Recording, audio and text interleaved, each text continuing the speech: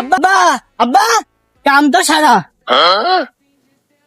এই কানে কি আছে রে? ওই আমরা ব্যাংকের দিকে টাকা চুরি করে এলাম, সে পুলিশ এসে বাড়ি। এই বলিস কি? এখন তাই কি করা যায়? আব্বা আমার কাছে একটা বুদ্ধি আছে।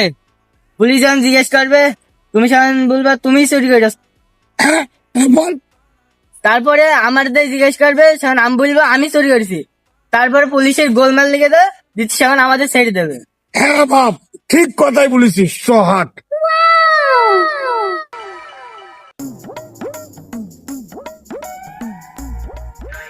এই কিরা চুরি করেছে সত্যি কথা বলবে।